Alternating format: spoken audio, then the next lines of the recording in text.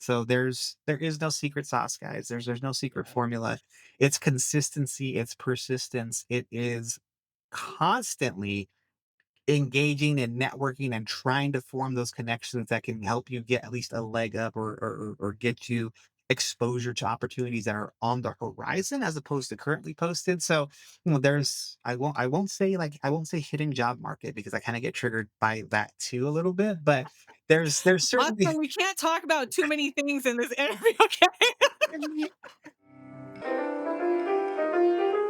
Welcome to Control Your Career, a podcast to help you conquer uncertainty, shatter imposter syndrome, and rise above the expectations imposed by others. My name is Julia Toothaker, and I am the career coach and strategist at Ride the Tide Collective, my career development company, where I offer career coaching courses and I have a plethora of free content. I have been doing this work for well over a decade. And I want to help empower professionals like you find clarity, navigate your career with intention, and help you advance in your career in alignment with your unique personality, preferences, and values. This podcast is a great place to start your journey toward controlling your career.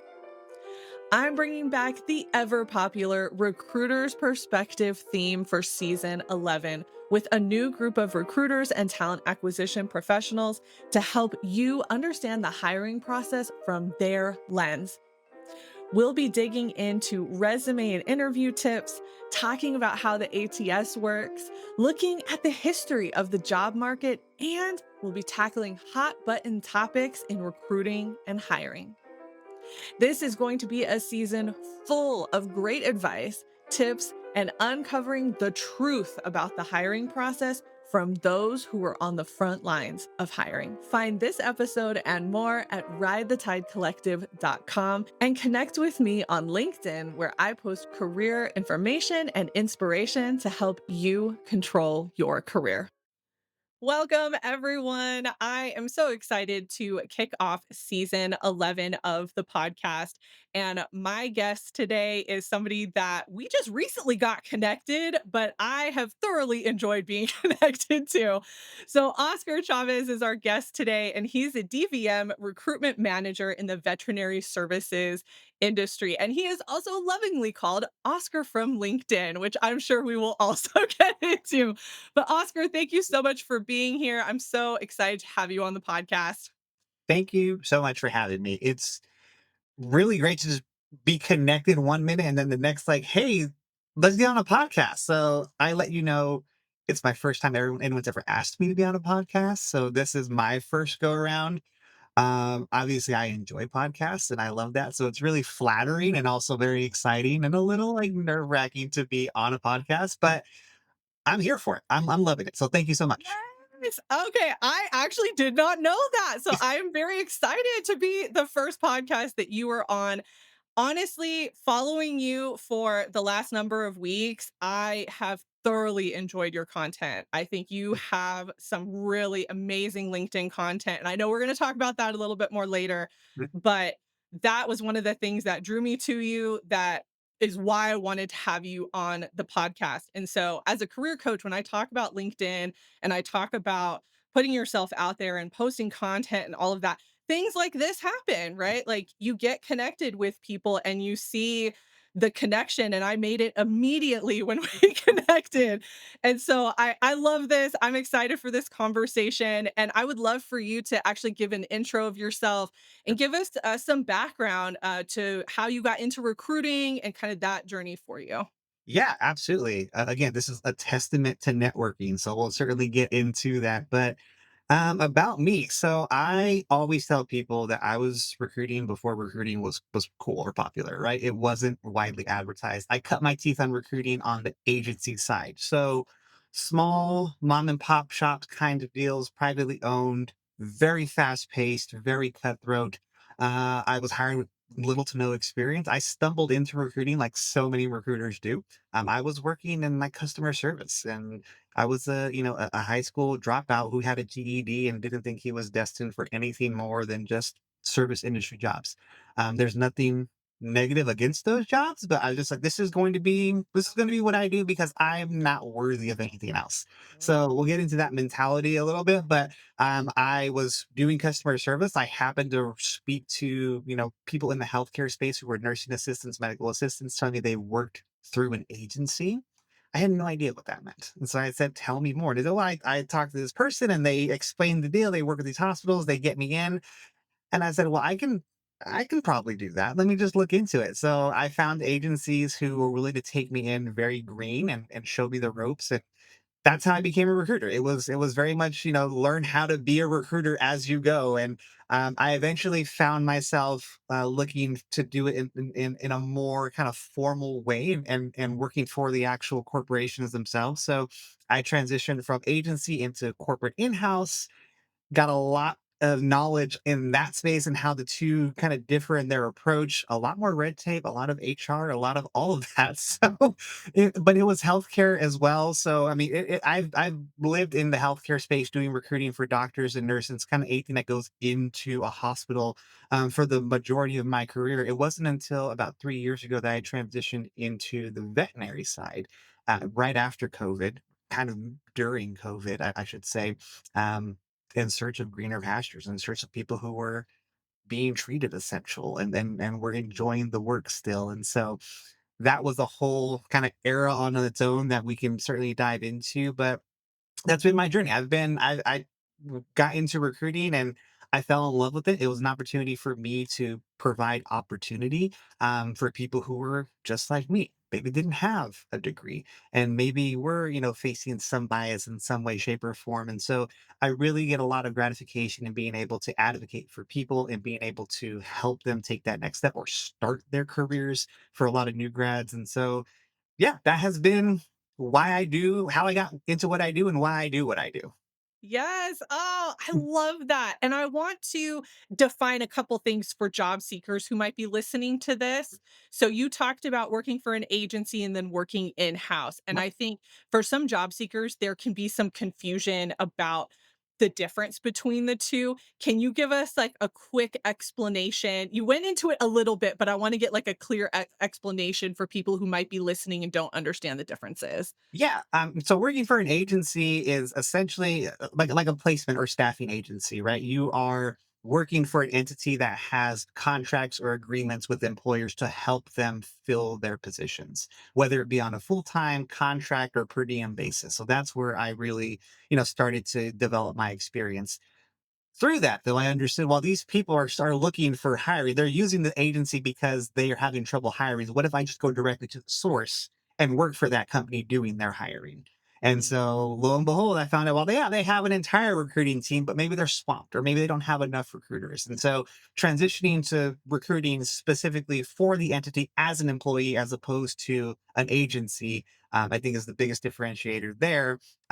There's certainly a conversation to be had about a job seeker working through an agency as opposed to being employed full time by a company. So there's, we can get into that if that was your question, but I just wanted to clarify. I think I just wanted job seekers to understand that certain companies will use agencies for their hiring. So if you go to a website and you don't see any blatant information about recruiting, or you can't find a recruiter at the company or Yes. something like that, it could be that they're using an agency, and you need to figure out the agency that they're using if you want that specific company. And then there are also certain career paths and that really rely on agency hiring, Yes. just because there's high turnover or they're trying to hire a lot of people very quickly. Mhm. And so it just depends. I just want people to understand that there are more options than just going directly to an organization, especially sometimes smaller organizations Yes. that might not have the funds to have a full HR and recruitment team. 100%. And it's a great point because connect with your with recruiters on LinkedIn. Connect with them because to your point, an employer may not have the capital to sponsor job postings. They may not have the budget to implement an ATS into their hiring process. And so there's so Mhm. many things they say, the agency has all the tools we need. Let's pay them to do this for us. So connect with recruiters across the board. Opportunities could come your way that aren't even advertised. Yes. Okay. I love that. I love that. Okay. I'd love to get into, you mentioned this very briefly, but you are recruiting in kind of veterinary services. What does that mean? What are the types of positions that you are actively recruiting for? Yeah, primarily right now, it's the veterinarians themselves. So veterinarians, if you are unaware, if anyone's unaware, there's kind of a nationwide shortage. This is not unfamiliar territory for me coming from human health because there's a nursing shortage as well. So it was just exchanging one shortage for the other. But the veterinarians, there are so many more people in the space now as veterinary health has kind of exploded post pandemic, and not enough vets to go around. There are universities who are propping up veterinary programs. Some are accelerated programs to try to get as many doctors out into the industry as possible. So it is a very tough job market from a recruiting perspective.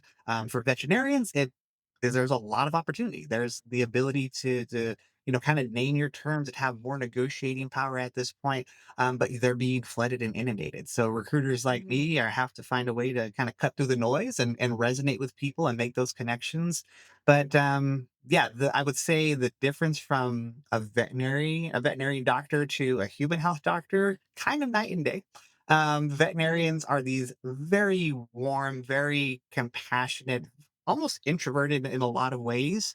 Not that human health doctors can't be great, but just my experience has been the ability to kind of get to them has been several layers of people before you speak to a human health doctor as a recruiter, rather than you're speaking directly to the veterinarian on the veterinary side. So it has been a very pleasant exchange for me. But yes, the veterinarians are primarily what I'm hiring for. There's a lot that goes into a veterinary hospital. Don't get me wrong. The technicians and the front office staff, they certainly make the hospital run, and they're a vital component to it. But we have an entire team that does that recruiting as well. So I'm just doing the veterinarians right now.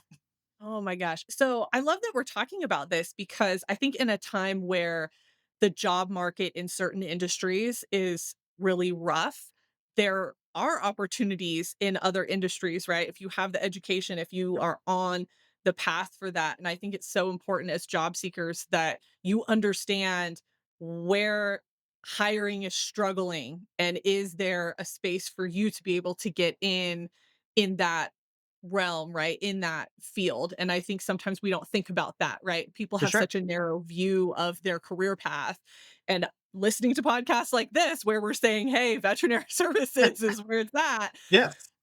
that's really helpful, I think, for job seekers to think outside of what they would normally think about for I agree. I jobs. 100% agree. And look, you're speaking to a career recruiter, so I haven't exactly pivoted in my career, but it's never too late to pivot, right? There's certain, especially in the veterinary industry, I will not say that it's easy to get into, but you may find yourself being able to get into like a technician role or technician program or assistant program a little bit more seamlessly than you would on the human health side. So if you have a passion for animals and still enjoy healthcare, like it's certainly a viable option. So I would recommend that people certainly look into it because we need the help. The industry needs the help 100%. Yeah, yeah. All right. I want to get into some real specifics in the hiring process because I think this helps people understand what the recruiter's job is and what you're looking for and all of that. So, you had mentioned ATS systems. Some companies can't afford to invest in that, so they use the recruiting company to do that. Some companies do have ATS. There's about a million different types of programs out there. So I would love to know from you the systems that you have used. How are you using them? What does that kind of back end process look like? Because I know there's so much noise out there about auto rejection and AI and all of that. And so I would love for you to just kind of clear the air for us Yes. around that. Oh my goodness. Thank you for asking the question. If there is ever an opportunity for me to just dispel myths and clear the air, I always take it. So, first and foremost, ATS is applicant tracking system. If nobody's aware of what that is, I'm sure you've heard a lot of information about it, some good, some bad, kind of in between. I've used a host of them. So, to your point, there is several out there. Companies started realizing, like, hey, this is a good product to start developing. And some are great and some are just why did they do this? So I have used, off the top of my head, I use systems like iSIMS. I've used uh, Taleo, which is dating myself a little bit. I don't know if Taleo's still around. I remember Workday, Lever, Greenhouse. So there's just to name a few there. I will say that in all instances, maybe I can't say it's across the board, but an ATS is meant to be essentially a digital filing cabinet for applicants, for job Mhm, seekers. You apply to the job, you get put into this database that recruiters can then reference. There's a human being behind the ATS, right? The ATS is our database to collect, but we're still going in there and actually viewing the resumes. And there's a lot of where the noise comes in is like, well, there's the ATS is auto rejecting it, is reading all the resumes and getting rid of the ones it doesn't like. And you have to beat the ATS, and it's just not a thing. And I don't know where it came from. I will say there's things that we can speak to, like auto rejection. So can you build into your app, to your job posting, because you'll use the ATS, recruiters will use ATSs to post to jobs, or the hiring manager will post to jobs. Can you utilize things that are disqualifiers for the applicant? So if they answer no to having this particular degree, or no to this many years of experience, then the system can be triggered to auto reject the application. mhm. That's going to be something that's initiated or put in by a human being as well. So I will physically put in there, this is going to be a disqualifier if they answer true or false, yes or no to this question. Okay. So that's why you may apply to a job at 10:30 at night and get an immediate rejection. It's not because the super advanced AI deemed you unworthy. It's just because you didn't have a particular experience that they were looking for, that or that the hiring manager wanted to make like a non-negotiable. So there's that piece of it, but there's always a human being, recruiter, who's viewing those and reviewing those resumes. We get inundated. There's sometimes thousands of resumes and applications that come through, and it takes time. And you also don't have the benefit of necessarily reviewing all of them either, right? If you're identifying, and you have to move as quickly as possible, and that first group of 10 or 20 that come in, and you identify a solid five candidates, you want to get the ball rolling, because time kills deals, right? That's what we always kind of preach to each other. That candidate experience is so important. And I get it. You may have applied to a position, but there may have been already, hundreds of people who applied before you. And we're moving at a pace that's necessary to get that position filled as quickly as possible. So the ATS is not your enemy. The ATS is not an obstacle to overcome. The ATS is a tool utilized by recruiters just to keep our world in order, and keep to keep things sane for us. It tracks where candidates are in that interview process, and then it eventually gets passed on to our HR teams to track, any additional correspondence that's sent out, any certifications that need to be updated, things like that. So it's a very useful system, but it's by no means something that you have to compete against. Yes. Okay. I have to point out some things because I think job seekers need to hone in on some of what you said. Sure. First, you have those disqualifier questions. Mhm. And that does not mean that y'all go in and answer them, untruthfully. Okay. Sure. I just want to make sure that everybody understands that we're still going to be truthful. Yes. But I think that that is also a check for a job seeker. If you are asking for a specific degree, specific number, years of experience, all of that, and you are not hitting those parameters, you have to know you're gonna get kicked out likely. Sure. And so I think that's something as a job seeker, I know a lot of advice out there right now is like, shoot for the moon, apply for whatever. Don't do that. Don't do that Don't do because this that. is what's gonna happen, right? Unless you have like a referral situation where somebody's vouching for you, I feel like that could be a little bit different, but you have to meet the qualifications of the job. And I think there's a lot of quote unquote career influencers who are saying to just apply anyway. Yeah. And I don't think that that's the right strategy, especially when there are some jobs and professions where you need very clear qualifications for it. Yes, I would agree. I think that there's certain areas that you can swing for the fences, because development and mentorship are going to be a significant part of that process. And there's others where you just like, hey, you just didn't go to school for this, so you can't apply it. And and so and don't get me wrong, like I am somebody who's my kind of rule of thumb is that if you're about 50, 60% of the minimums, go ahead and apply. Like don't wait, Mhm. don't try to be 100% for something. Like if you're not 100%, you talk yourself out of it. Don't do that. But if you're like 10%, then you probably need to stay away from that. So like 50, 60% is probably still a good green light for you to go ahead and apply to that Mhm. job. Um, but yeah, there's a lot of information out there. It's just like just throw everything out there and listen. If a company decides to move forward with you and you are nowhere near the experience level for a particular role, that should be a red flag for you for that company. Like that's something Yeah. that's I don't know how you guys are doing this. Like, is it just am I just going to be like the fall person, the fall guy? You guys say if it all goes wrong, didn't know what they were doing. So Yeah. I think that there's a kind of a certain self-awareness that needs to be present there.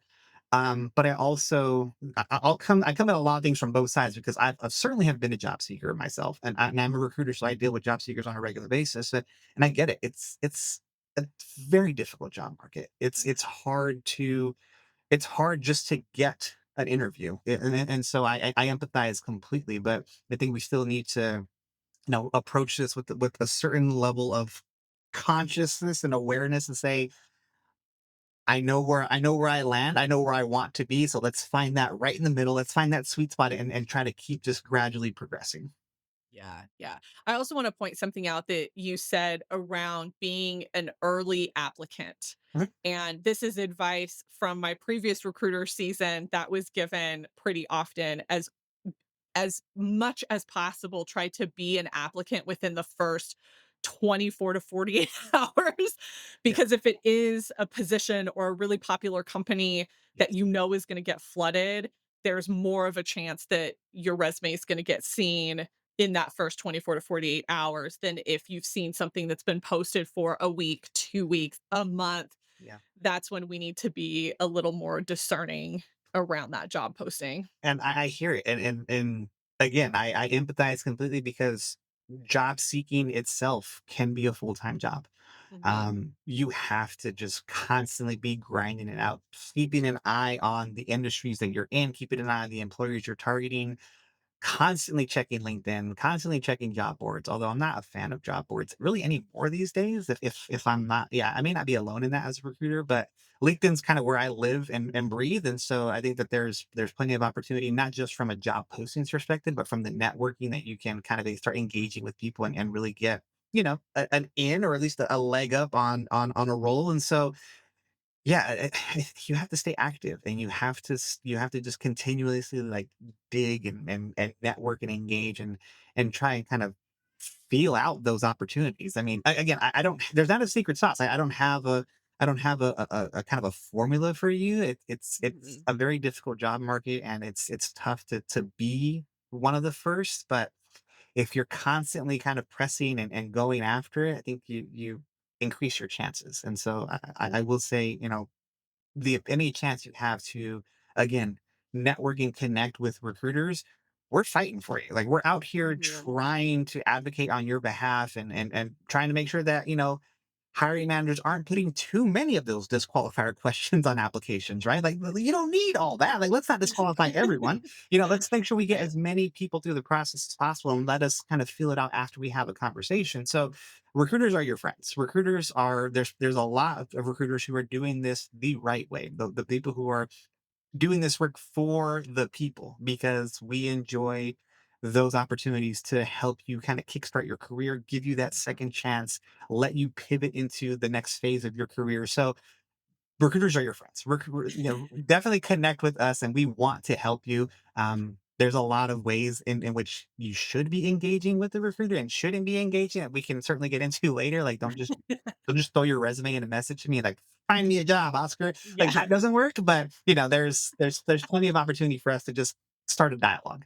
Yeah, yeah, and I think you brought up a really good point. There is no magic process for finding a job. There's not. And as a career coach, obviously this is something I see a lot. I'm looking at what people post, I'm looking at what other career coaches talk about, and it kills me when I see people talking about like, "Oh, land a job in 30 days," or Yeah. these big promises, and I'm like, "You can't promise that." No. And any legitimate career coach will tell you that there is no guarantee when it comes to the hiring process. Best case scenario, we can help you build a process that works best for you, Yes. for who you are, for your situation, where you're comfortable. Yes. And I think that's what kills me, in my industry in particular, Yes. is trying to fight against a lot of that noise. So I really love hearing that even from the recruiting side, Yeah. that there really is not a magic, potion that you can use Yes. to get connected to the best recruiter, to get the interview, to do all of that. So It yeah. needs to be another one of those red flags for you, right? If someone is promising you or guaranteeing you like, an opportunity is going to come your way in X amount of time, like that needs to be a red flag because Mhm. nobody is magically navigating this job market with 100% success. It's interesting because I was speaking to another career coach just a few days ago, and she was telling me, is like, I people have asked me what's your success rate, and she's like, I have to stop them and say, "Well, define success. Like, define that. What you mean by that? Mhm. Because I can't guarantee you I'm going to get you a job immediately or get you a job at all. Honestly, I'm here to help you refine and polish the final version of you so that it's more appealing and the best presentable to a potential employer to give you, the opportunity, ideally and hopefully. But Mhm. there's by no means me saying you're going to get an interview, you're going to get a job. And so you have to also, in that instance, I told her, well, it's interesting. You have to pick your clients because she's like, absolutely. There's people I will work with because like they're truly looking for that, to elevate and get to that next step. And there's other people who are just like, I need the quick fix. Like you do Mhm. this, get me a job, and then we'll be done. And so there is no secret sauce, guys. There's no secret Yeah. formula. It's consistency, it's persistence, it is constantly engaging and networking and trying to form those connections that can help you get at least a leg up or get you exposure to opportunities that are on the horizon as opposed to currently posted. So, there's I won't say hidden job market because I kind of get triggered by that too a little bit, but there's certainly Awesome. We can't talk about too many things in this interview, okay? there's You're certainly you're something. opening up all the conversation. I know. I can talk about it all day long. So, I mean, by all means, like reach out to me on LinkedIn. But yes, I will say that there's no secret formula. You just have to stay consistent with it. And recruiters will certainly willing to help you along the way. Yes, I love that. Julia here. Are you feeling stuck in your career, unsure of how to break through to the next level? I'm excited to share a transformative opportunity. The Career Advancement Intensive. It's a focused 1 day experience designed specifically for ambitious professionals ready to define their career path. In this immersive session, you'll work one on one with me to help you gain fresh insights into your professional strengths and uncover opportunities for growth.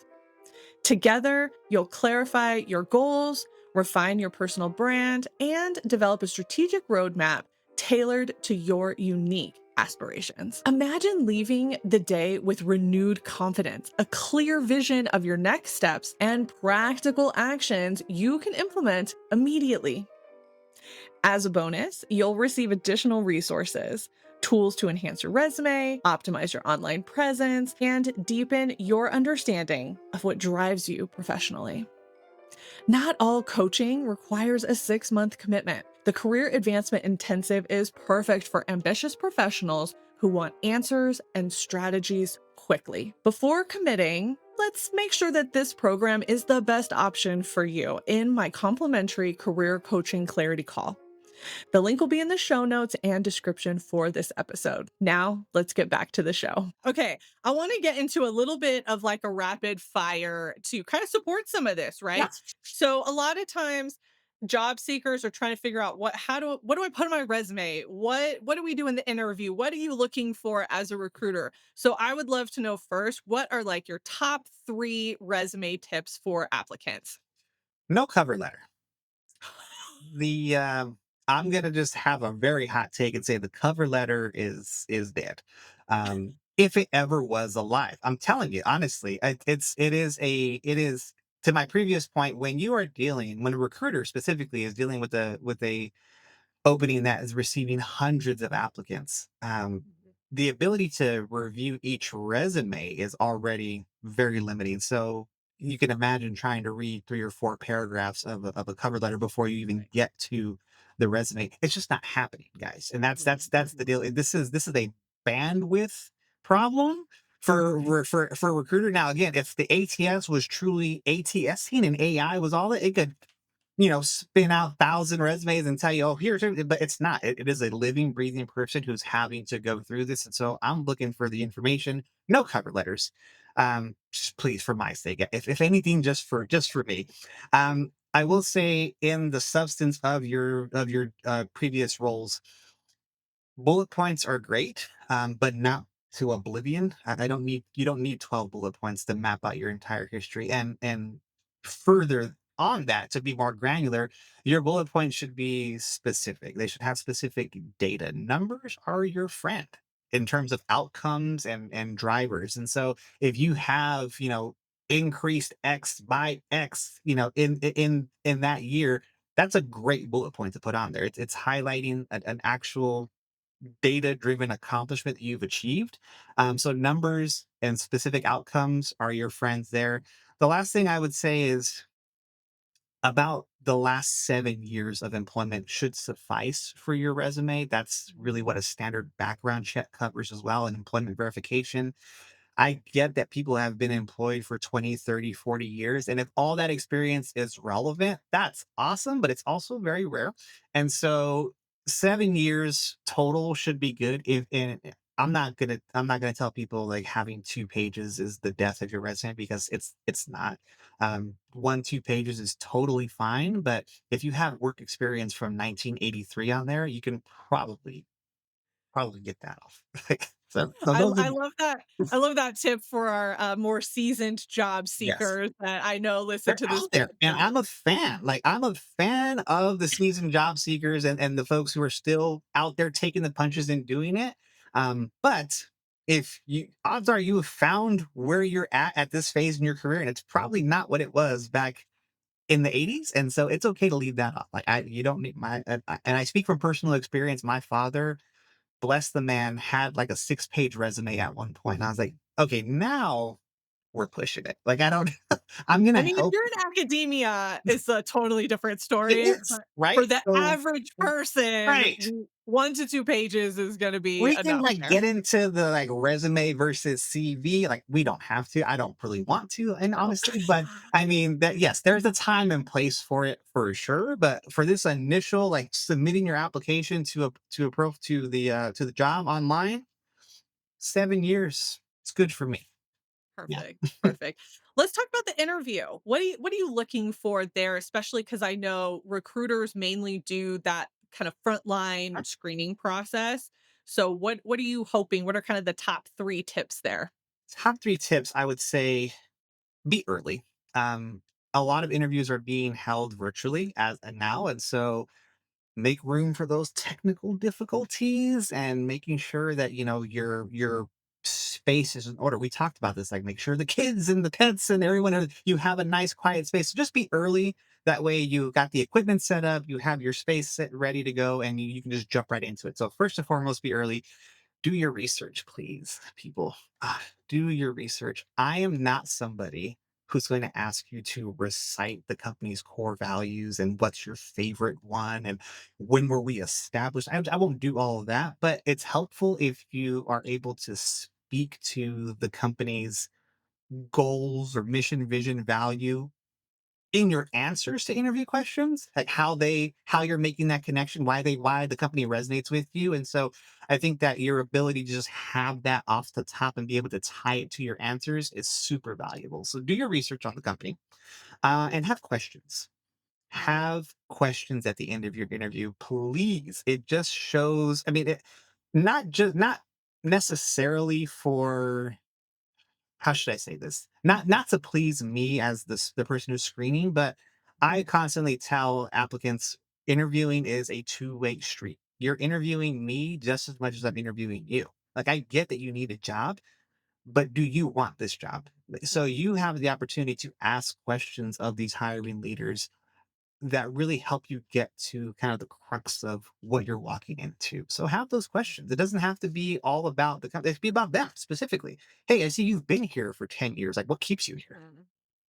Right? Yes, What is it yes. that keeps you like here? Like, why so long? It's kind of rare to see people staying in the job for 10 years these days. Like, what is it for you? What's your leadership style? Like, how do you think people have responded to Mhm. that? So that there's a whole, like, you can go down a whole like YouTube rabbit hole of like best questions to ask. And I would encourage you to do that too, but make sure you're identifying questions that are relevant to you and things that you really want to discover for yourself. So have those questions. Yeah, I love that. One of the things that I tell job seekers all the time is understand your values, understand what you're looking for in that next position, what Yes. you don't like in your current position, whatever that is, whether it's a work activity or something about the manager or something like that. Mhm. And make sure you're asking about that in the interview because you don't want to end up in the same situation that you're in right now. Right. You don't want to exchange one for the other. If you are looking for a transition to the positive, then yes, you need to do some definite introspection and find out why am I unhappy here? What Yes. are the things I need to be identifying in my next opportunity that are going to make it not be this? Right. So yes, it's a process, and I get it. No one's looking to like study this stuff all the time, but same thing with resumes. No one's looking to write their resume until it's like time to write a resume, right? So I think that being proactive is probably like my bonus tip. Being proactive in all things in your job search or in the interviews process, in an interview prep, I think is certainly going to be more valuable for you than not. Mhm. Yes. Oh, I love that. I love that. All right. I want to switch gears a little bit and I want to talk about context. So recruiting obviously has been around for a long time. You have a long history in recruiting and I saw some big shifts happen in 2020 and we all know what happened in 2020. And I want to talk about what you have seen shift from recruiting pre 2020 to recruiting now. And this is widely for the benefit of people who have not had to go through the hiring process Yeah, in multiple years. Like what do you think are some of the things that have changed the most? I think that companies have had to invest in people instead of perks.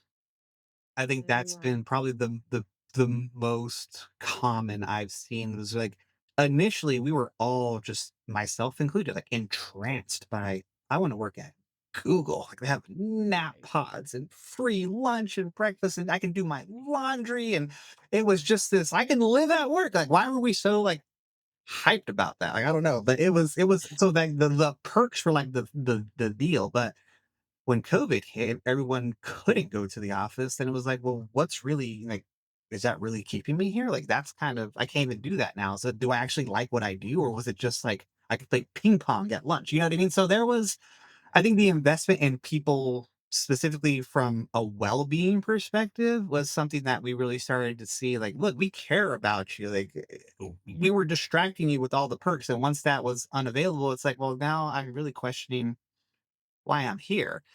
Remote work itself being a non-negotiable, I think is a lot is a huge shift. Like I've so I will be honest, since I've had the benefit of working remotely prior to COVID as well for a lot of the healthcare companies I worked for because I was constantly traveling and I just plugged in wherever I was. But the ability to now say, hey, you can just work from home full time. You don't have to be on the road traveling. So I think that really changed a lot of things for a lot of people in their Mhm. personal lives. And then the idea of having to like relinquish that again is just not for a lot of people. So they're saying, you know what, we're remote, like standing firm and I'll take less pay. I'll leave this job. I will go, I will find someone who's going to let me do remote work. So I think being remote, the remote being a non-negotiable is the second thing. The third thing I'm seeing that we're probably seeing a lot more right now is kind of the disappearance of middle management as companies strive to go Mm, lean, right? It's like we don't need all these managers. So on the one hand, it could be beneficial because companies are notorious for being top heavy, but mhm, on the other, then it's also like, well, then there's, you have a VP who's trying to, lead a team of people who are individual contributors and they don't know how, or they haven't done it in a long time, or there's too many of them to manage all of them. So I think going lean is something that, is a cost saving initiative that a lot of companies are leaning into, but I don't necessarily think it's for the best. mhm, Um, mhm, and then the kind of fourth thing I'll mention is access to information. So social media has been mhm, around for a long time, but the rise of TikTok and the people and people who are quote unquote, top voices or influencers on LinkedIn are just kind of pulling back the curtain and giving the people like me are like, let me tell you, let me demystify this. Let me tell you mhm, what's actually going on here. And so I think that when people are able to get that information directly from an employee of that company or an employee who's recruited for that company, then it's helping them say, okay, like all right, maybe I don't want to be there. And so I think that, mhm, there's just so much that has changed since then that has given people and job seekers more of the power in that power mhm, struggle, that companies are now just as a default are having to say, okay, how do we rise to the occasion? And I think that's for the best, right? I think that's something that companies should have always been doing. Like how can we make ourselves somebody that people want to work for, not that they have to mhm, work for? mhm. So that's Oh, what man. I will say that. Oh, I love all that. I love all that, and that's a lot of what I have seen as well, and I think it's important for job seekers to remember that the market shifts very quickly, Yes. and I think what we've seen since 2020 is those shifts are happening much faster than they happened previously, and I Never think to your pays. point, social media has a lot to do with that. I think access to information is like all of that really gives way to how quickly everything is shifting and changing. And we talk about that employer market versus a candidate market. And right now, unfortunately, I think we're in an employer market in most scenarios because we're seeing RTO, we're seeing all these things Yeah. happen. Yeah. But, as you said, they're trying to be more lean and eventually they're going to cycle back and they're gonna Oh yeah. rehire all those It middle yeah, managers. we're in this process, and, like, speaking as a recruiter, like, let me tell you, the minute layoffs start happening, like, we're the first ones usually to get hit because, like, we're not hiring any more people, so, like, get rid of all those recruiters. So, you see all the tech companies, like, eliminate their talent acquisition teams only to, like, rehire all of them in 6 months, and it's just, like, this vicious cycle in recruiting a lot of times, but it also happens to a lot of other people as well. And so, I think those shifts are kind of regular, and you Mhm. can rely on them, unfortunately, in some instances. Yeah. But I mean, speaking of like a very fast shift, like you knew during COVID, like if your employer was prepared to go remote or not. Like some companies transition to it, no problem. Some companies are just like, everyone needs laptops, and how do we track all this? And everyone needs a phone, and how do we? It was just a mess. And so, Mhm. yeah, I think that also like expose a lot of employers. Like, oh, you guys don't really like have a fix on this. Like, I don't know if I want to be here. So, yeah, I experienced some of that myself. I've been laid off. I've been furloughed. My positions have been eliminated. And so, I mean, I've been a job seeker. I've experienced so many of the same things that job seekers today are experiencing over the course of my own career. And so that's what, allows me to first and foremost deploy empathy in all of my interactions because Mhm. I've been in your shoes, guys. Like I've 100% been there and I've been frustrated and I've also, the ATS is beating me. Like there's just there's just been moments where I'm just like, I don't know, like I'm doing all the right things and I'm still not Yeah. getting any results. And so Is it me? Did I do something yeah, wrong? yeah, it's like It's like, no. I'm a terrible applicant. Like that's Honestly, half my conversations right now with, interested clients is, "No, you're not doing anything wrong. yeah, yeah. You're It not." really took. I mean, I started therapy in October of 2024, and it was the best thing I did because it was Mhm. somebody who was literally telling me, like, "You're not doing anything wrong. Like, you are standing firm, holding your ground, and defending your values." Yeah. And so that may be TMI for the podcast, but, like, your No, I your think friendly that's Oscar from LinkedIn is so in therapy, like, he needs it sometimes, and it yeah. that is something that has been I couldn't recommend enough for people because especially if you find yourself struggling in whatever either it's your job search or, like, the political climate, anything that's happening right Mhm, now, mhm. it is in a lot of ways tough and scary times, and so I think what I try to bring to my content is that sense of community and support and relief. And if you just have a corner of the internet where you feel safe and accepted and welcome, and I can provide that, I love that for me and for you. Yes, yes, I love that, and I will echo therapy, especially if you're somebody that has been laid off for a while or if you have access to it. One thing that I talk about a lot when it comes to career coaching is I'm not a therapist. And if you are working with a coach who is having those conversations with you, massive red flag. Yeah. We are not, unless they are licensed and they also happen to be a career coach, which that exists, Mhm. that's different. But career coaches are there to help you more tactilely. We can have some of those conversations on a very surface level in terms of how does it impact your day to day and how do we work through it. Yeah.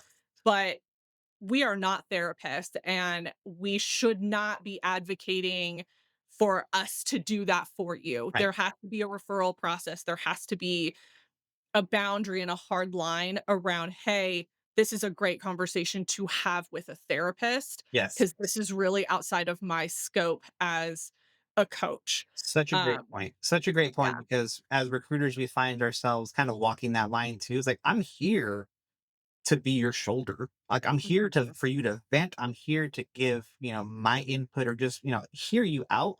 But there is that line where I was like, okay, I can't. Yeah, now you're gonna make decisions like personal life decisions based on what I'm saying, and that just can't be the case. And so No, I no. agree with you. Like there is that we certainly can be supportive to an extent, but we also have to be able to like Yeah. redirect and say, hey, this probably is somebody you need to talk to a licensed professional because they can certainly give you the best advice. The benefit of my therapist is that her company, they also do like executive coaching and career coaching. So Nice. it's really why I kind of sought them out. Like maybe we'll explore that once we figure my stuff out. So Yeah, yeah. I love that, I love that. Okay, I wanna put a little bow on the, pre-2020, post-2020 recruiting conversation, yeah. and I wanna make sure that especially our more seasoned job seekers, I think people who have been employed pre-COVID, so the last, like, 5 to 7 years or so, Huh?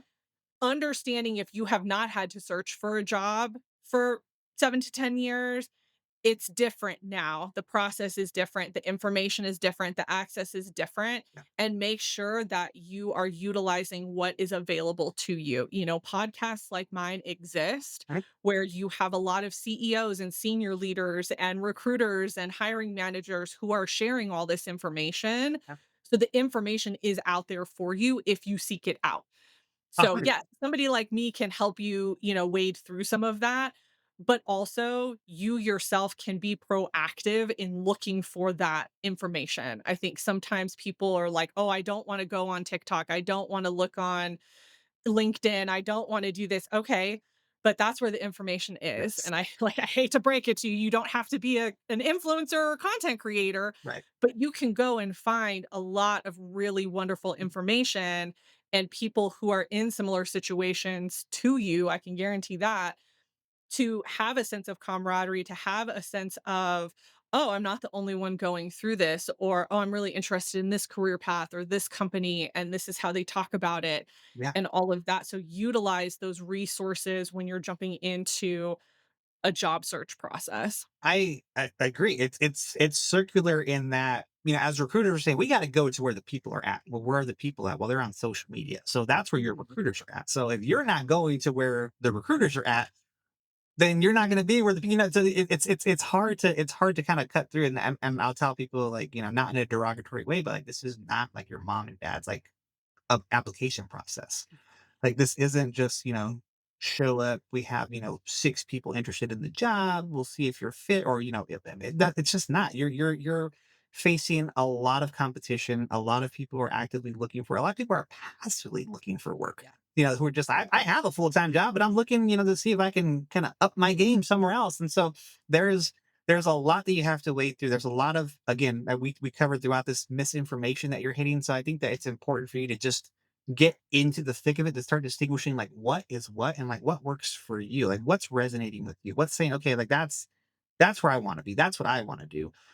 You may find a career path like I didn't even consider that, but all of my skills are transferable. I could probably do that. Like those Yeah. moments happen all the time, and so I think that it's beneficial for you to put yourself in those spaces, even though you're not putting yourself out there. Like, again, to your point, you don't have to be a content creator. You don't have to post. You don't have to go viral. You just have to follow along and do your due diligence and research and find out, am I positioning myself in the best way possible to take that next step, or to pivot in my career, or to get a new job, because it's not just going to come to me. Like that's the thing, is like nothing's going to just fall into your lap.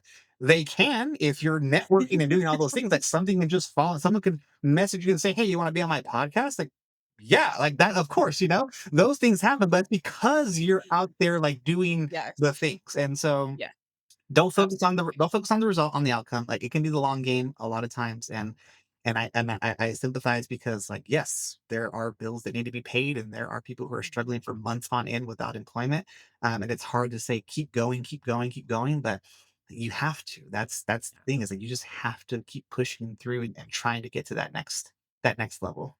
Yes, yes. Ah, I love all of that, Oscar. And I want to jump into a little more of a core conversation around things that maybe you want to put out into the world, something that kind of frustrates you, or that it doesn't even have to frustrate you, but something that you want people to know about, like the recruiting process, the hiring process. What is kind of that hot button thing that you want to talk about today?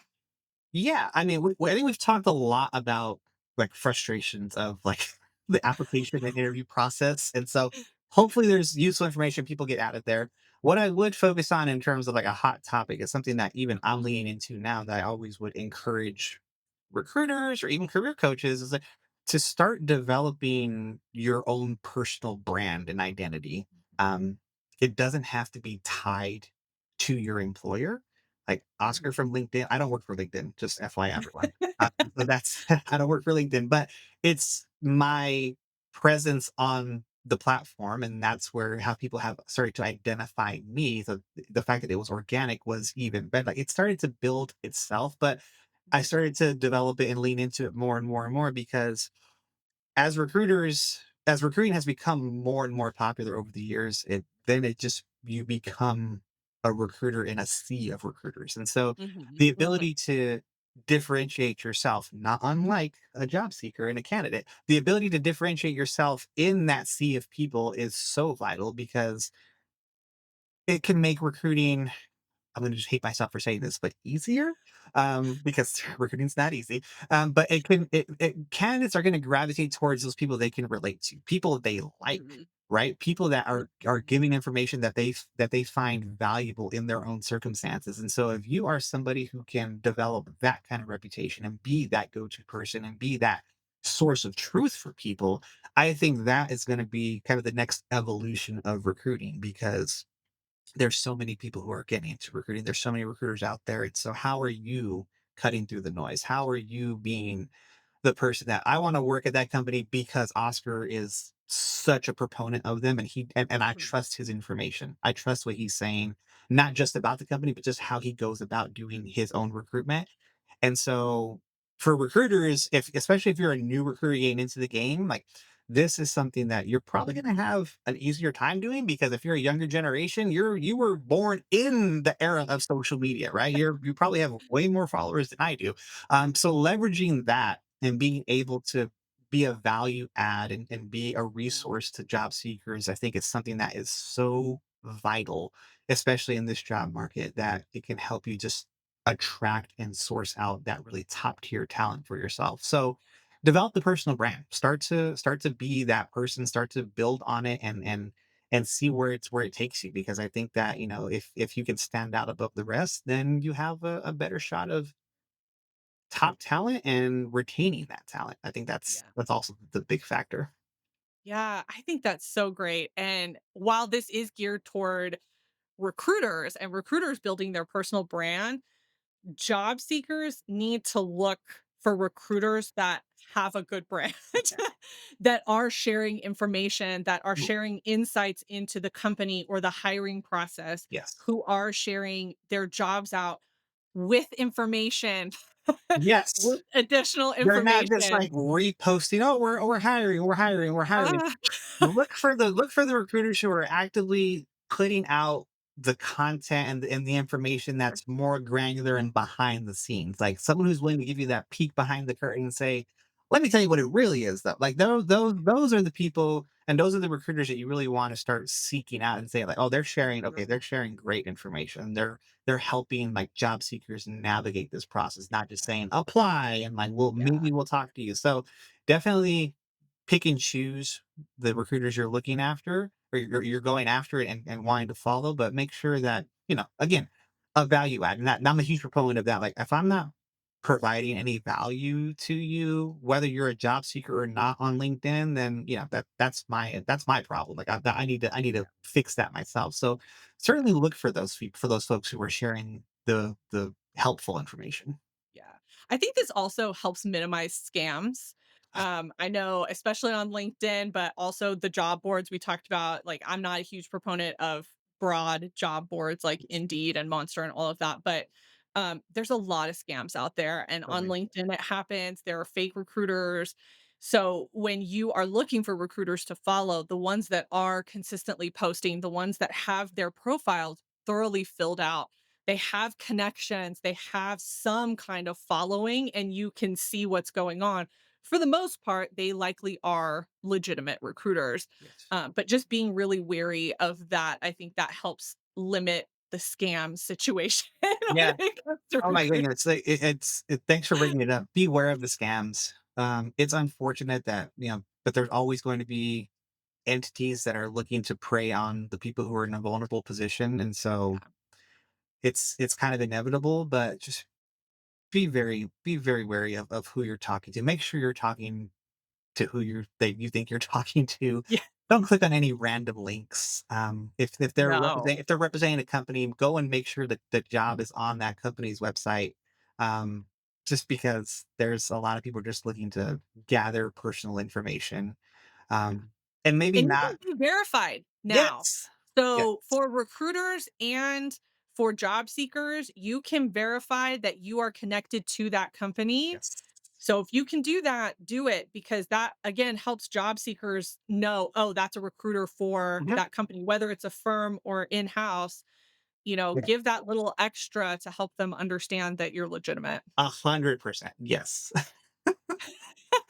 Oh my gosh, Oscar, this episode has been packed with information and tips and I love all the information that we got to share today. I know that job seekers and listeners are really going to take a lot from this.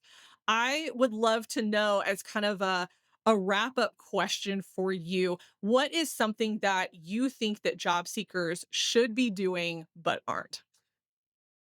I think it's been kind of the basis for this entire conversation. Um, Use LinkedIn as a resource rather than a tool. And so if I Mm, can just further define, like you use a tool to accomplish a task and use resources to accomplish a goal. Right. So LinkedIn is not just I applied for the job and apply for job, and then move on. Like, the resource aspect of it is engage, jump in those comment sections, reach out to people with your own messaging, maybe post a post or two, like just utilize it to its full extent as the full resource that it can be in setting you up for opportunity, seeking out opportunity, getting your foot in the door. And don't just use it as like another job board. Like job boards had their heyday and they're still around. Like we said, I'm not necessarily a fan of them. So, I mean, it's necessary to have on LinkedIn, but it's not just a job board. It's social media. It is a networking profile. It's a networking site. So definitely lean into the resource aspect of it rather than just utilizing it as a quick fix tool for yourself. Yes, I love that. I think that's the perfect tip to wrap this up. And for anyone interested in specific LinkedIn tips, I'm just going to plug myself and say I have that on my website. So you're welcome to go look at that. You do. But Oscar, where can people connect with you best? For this audience, for sure, LinkedIn. Like Oscar from LinkedIn is a deal. I'm happy to give you as much insight and information as I can, but also just like refer you to Julia too. So feel free to reach out to me. I'm always open to connect with people on LinkedIn. Shoot me a message, shoot me a DM, shoot me a connection request, follow along. If I'm posting any content that's helpful for you, let me know. I love that stuff. Like I'm not an influencer, so like my head's not like super huge. Like I want the feedback, and I want to know like if I'm providing any value. So LinkedIn's the best place to catch me. Okay, awesome. I will link Oscar's profile to LinkedIn in the blog and show notes for this episode. And just as a little networking tip on LinkedIn, if you connect with Oscar, put a little note in there and say that you found him through my podcast. There is a higher likelihood that he will connect with you and respond if he understands why and how he you are connecting with him. Solid. So anytime that we can have specific information in the messages that we send to each other on LinkedIn, the more helpful it is going to be. And that's how we can help each other and start really meaningful conversations. So, thank you, Oscar, so much for being on the podcast. I really appreciate you taking the time. Thank you so much for having me. I thoroughly enjoyed myself.